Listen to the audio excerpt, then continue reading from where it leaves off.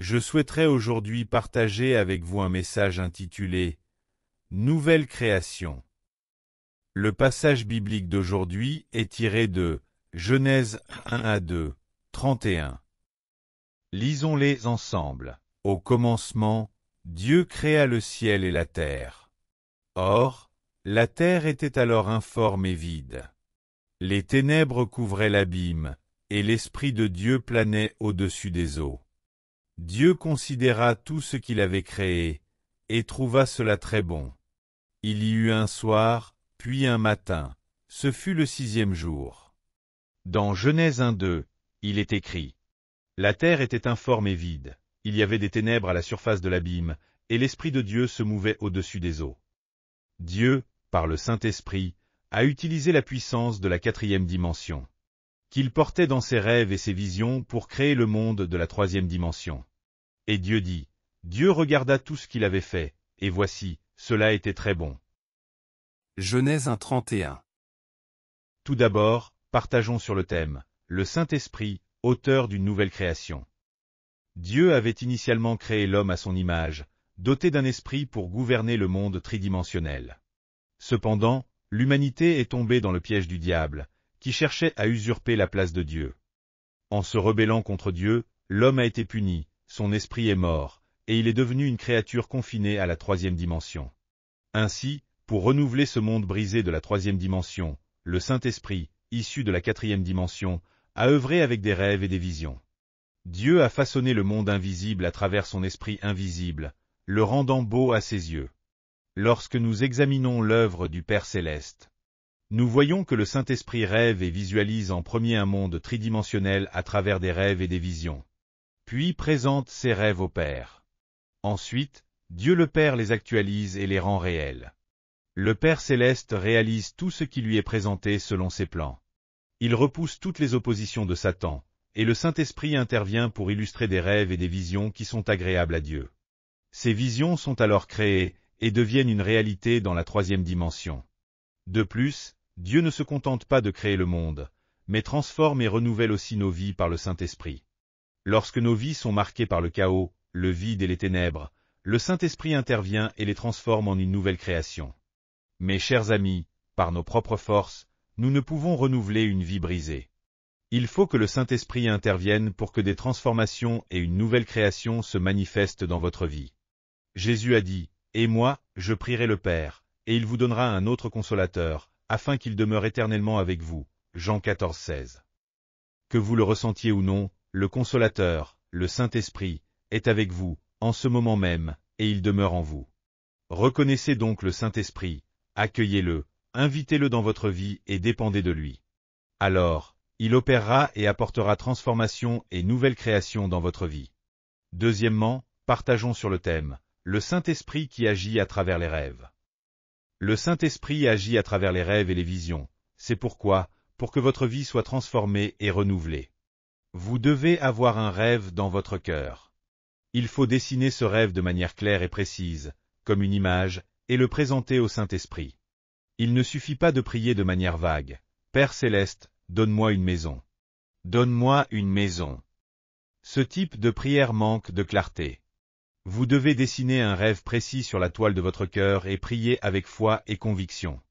En visualisant clairement votre rêve, vous permettez au Saint-Esprit d'agir puissamment pour le réaliser. Quand j'avais commencé mon ministère pastoral depuis seulement quelques mois, je vivais dans des conditions très précaires. C'était avant mon mariage, et je vivais seul dans une petite pièce.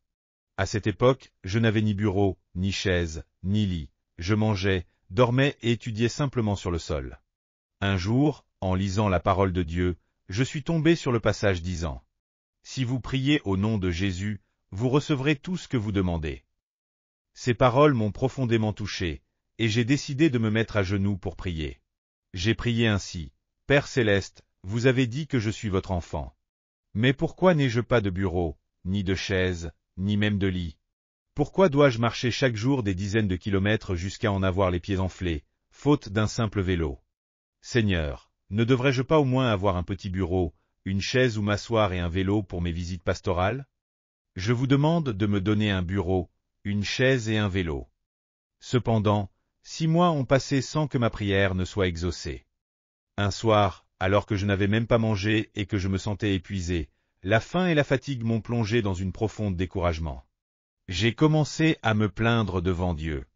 Seigneur, depuis des mois je prie pour un bureau, une chaise et un vélo, mais je n'ai encore rien reçu. Vous savez combien je souffre en prêchant l'Évangile dans ce village pauvre. Mais regardez-moi, je n'arrive même pas à manger à ma faim. Comment pourrais-je dire aux gens qu'on ne vit pas seulement de pain, mais de la parole de Dieu, dans un tel état? Père, je suis si découragé que je n'ai plus de motivation. Je crois que votre parole est éternelle et immuable, et qu'en temps voulu, toutes les prières seront exaucées. Mais ma prière de longue date reste sans réponse, et je suis désemparé. Si vous avez l'intention de répondre, je vous en supplie, faites-le rapidement. Alors que je priais ainsi depuis un moment, j'ai commencé à entendre la voix du Saint-Esprit.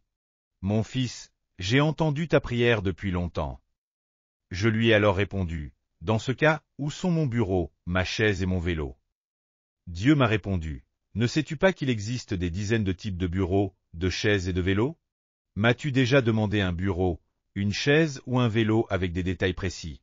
N'as-tu pas simplement demandé de manière vague? Ces paroles m'ont profondément bouleversé. Le reproche du Saint-Esprit a marqué un tournant extraordinaire dans ma vie. Réaliser cette vérité a été une bénédiction immense. Je lui ai alors dit, Père Céleste, j'ai commis une grande erreur. Permets-moi de prier à nouveau. À partir de ce moment, ma prière a radicalement changé. Cette fois-ci, j'ai décrit en détail le type de bureau que je voulais. Un bureau en acajou des Philippines, avec des dimensions spécifiques. Pour la chaise, j'ai demandé une chaise cerclée de métal, équipée de petites roulettes pour qu'elle soit pratique à utiliser. Concernant le vélo, ma prière n'a pas été simple. Avec tant de modèles disponibles, j'ai hésité. Mais j'ai finalement demandé un vélo robuste, fabriqué aux États-Unis, avec des vitesses, adaptées aux visites pastorales. Je rêvais de ce bureau, de cette chaise et de ce vélo. Les visualisais dans ma prière, croyais les avoir déjà reçus, et remerciais Dieu en confessant ma foi avec persévérance. Et quand le moment de Dieu est arrivé, il m'a répondu exactement comme je l'avais demandé, sans la moindre divergence. Le bureau était effectivement en acajou des Philippines. La chaise, fabriquée au Japon, était équipée de roulettes qui permettaient de se déplacer facilement en restant assis. Quant au vélo, même s'il avait appartenu au fils d'un missionnaire américain, c'était un vélo robuste avec des vitesses, parfaitement adapté à mes besoins. À travers cette expérience, Dieu m'a enseigné une vérité extraordinaire, lorsque nous prions avec un rêve clair et précis. Le Saint-Esprit agit pour manifester ce rêve dans notre vie. Mes chers amis, lorsque vous portez un rêve, le Saint-Esprit agit en vous. N'est-il pas écrit, « Un peuple sans vision est perdu » ? Les rêves sont quelque chose de fascinant. Certains disent, « Arrête de parler de rêves insensés. » Mais si vous ne parlez pas de rêves, vous êtes voué à l'échec. Certes, parler de ces rêves peut sembler naïf ou insensé, mais c'est en ayant des rêves que l'on finit par réussir. Quand je commençais avec une église sous une tente, nous n'avions qu'environ 20 membres. Pourtant, à chaque fois que je prêchais, je le faisais avec une voix forte et pleine de conviction. Un jour, quelqu'un m'a demandé, « Pourquoi prêchez-vous si fort alors que tout le monde peut très bien vous entendre même si vous parlez moins fort ?» À cela, j'ai répondu, « J'ai un rêve. Dans mon cœur, je vois déjà 2000 membres assis dans l'église. C'est pour eux que je prêche avec une voix puissante. » À cette époque, je rêvais d'une église de 2000 membres, et je visualisais ce rêve pendant mes sermons. Et Dieu a agi selon ce rêve. Dans Philippiens 2:13, il est écrit, « Car c'est Dieu qui produit en vous le vouloir et le faire, selon son bon plaisir. » Les rêves sont les désirs de notre cœur, et lorsque vous criez à Dieu, il agit pour vous inspirer et vous donner des rêves dans votre cœur. Rêvez donc avec foi, portez vos désirs à Dieu, et permettez au Saint-Esprit de travailler en vous pour transformer ces rêves en réalité.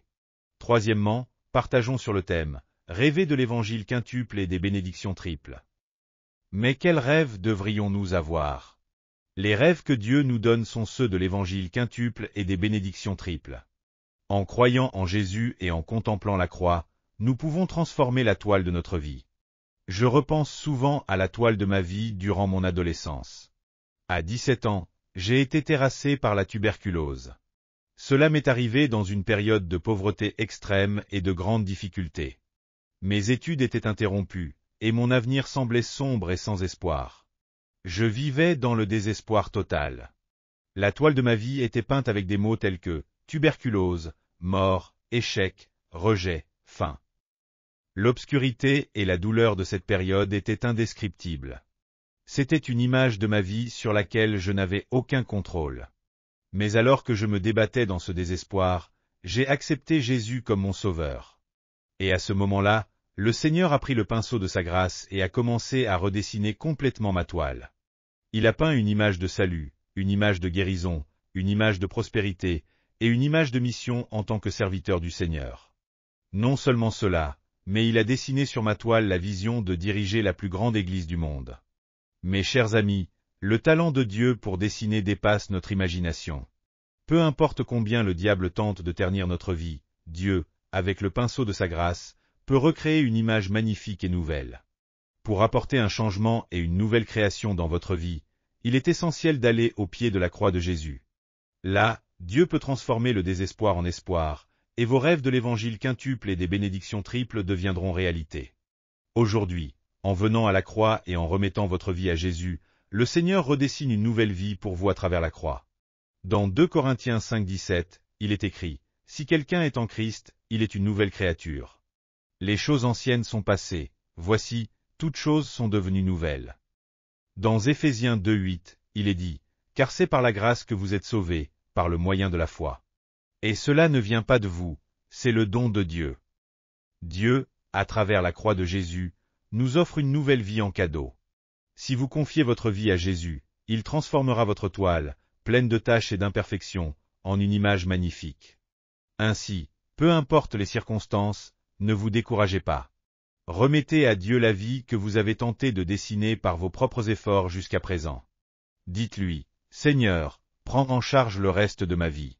Je ne peux plus la dessiner par moi-même. » Lorsque vous priez ainsi, le Seigneur prend votre toile, la restaure avec le sang précieux de Jésus versé sur la croix, et crée une œuvre extraordinairement belle. Cette grâce de Jésus vous attend maintenant. Que dit le Seigneur?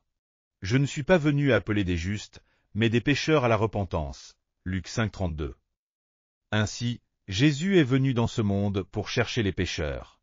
Là où il y a des pécheurs, Jésus est présent. Là où il y a des malades, Jésus est présent. Là où il y a de la pauvreté, Jésus est présent. Là où il y a la mort, Jésus est présent. Le Seigneur est venu pour transformer toutes ces choses. Confiez votre vie à Jésus aujourd'hui, et laissez-le dessiner une nouvelle œuvre magnifique sur votre toile. Lorsque notre Seigneur Jésus vient, il transforme les pécheurs en justes, les personnes imparfaites en personnes saintes. Les malades en individus en bonne santé, les maudits en bénis, et les morts en êtres dotés de la vie éternelle. Ensuite, puisque nous sommes devenus de nouvelles créatures en croyant en Jésus, notre manière de parler doit également changer. Nos paroles doivent désormais être guidées par le Saint-Esprit. Mes amis, pour une nouvelle création, nous devons apprendre à utiliser un langage nouveau. Dans un certain hôpital, on consacre davantage d'efforts à former les infirmières et le personnel d'entretien qu'à former les médecins. Pourquoi? Parce qu'une parole positive peut avoir un effet significatif sur le processus de guérison des patients. Ainsi, les infirmières et le personnel de nettoyage, qui interagissent fréquemment avec les patients, sont formés pour prononcer des paroles encourageantes.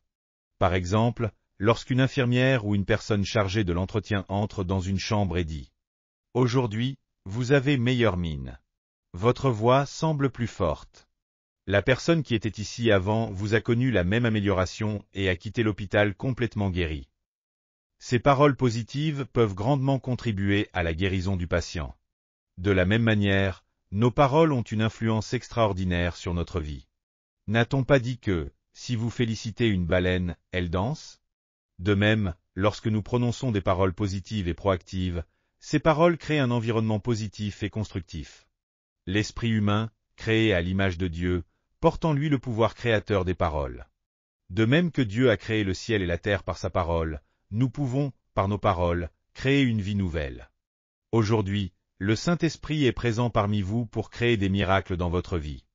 Même si votre vie personnelle est marquée par le chaos, le vide et les ténèbres. Même si votre foyer ou votre travail est dans le désordre et plongé dans l'obscurité, portez un rêve dans votre cœur et priez. Le Saint-Esprit interviendra et opérera une nouvelle création dans votre vie. Je prie pour que chacun d'entre vous ici présents puisse vivre cette vie bénie et transformée. Amen. Prions ensemble. Dieu de miséricorde et de grâce, nous espérons que le Saint-Esprit agira puissamment dans nos vies remplies de chaos et de désordre. Seigneur, dirige nos pensées et nos cœurs, et accorde-nous des rêves inspirés par toi, afin que nous puissions chaque jour aspirer aux bénédictions du Dieu bon et aimant. Permets-nous de confesser nos rêves avec clarté et foi, et de rechercher ardemment ta grâce, où l'esprit, l'âme et le corps sont ensemble sauvés. Nous sommes faibles et insuffisants, mais soutiens-nous et conduis-nous chaque jour. Nous te prions au nom de Jésus-Christ. Amen. Alléluia. Avez-vous reçu beaucoup de grâce à travers la parole? Je vous bénis de tout mon cœur au nom du Seigneur pour que vous soyez de plus en plus armés de la parole de Dieu et remplis du Saint-Esprit, afin que vous meniez une vie victorieuse dans ce monde. Si vous avez aimé cette vidéo, n'oubliez pas de vous abonner à la chaîne, d'activer les notifications et d'appuyer sur le bouton j'aime. D'activer les notifications et d'appuyer sur le bouton j'aime. Cela nous aide beaucoup à préparer plus de vidéos remplies de grâce. Et aussi laissez vos sujets de prière dans les commentaires. Notre équipe priera avec vous devant Dieu. Nous nous retrouverons avec joie dans la prochaine vidéo. Que Dieu vous bénisse grandement.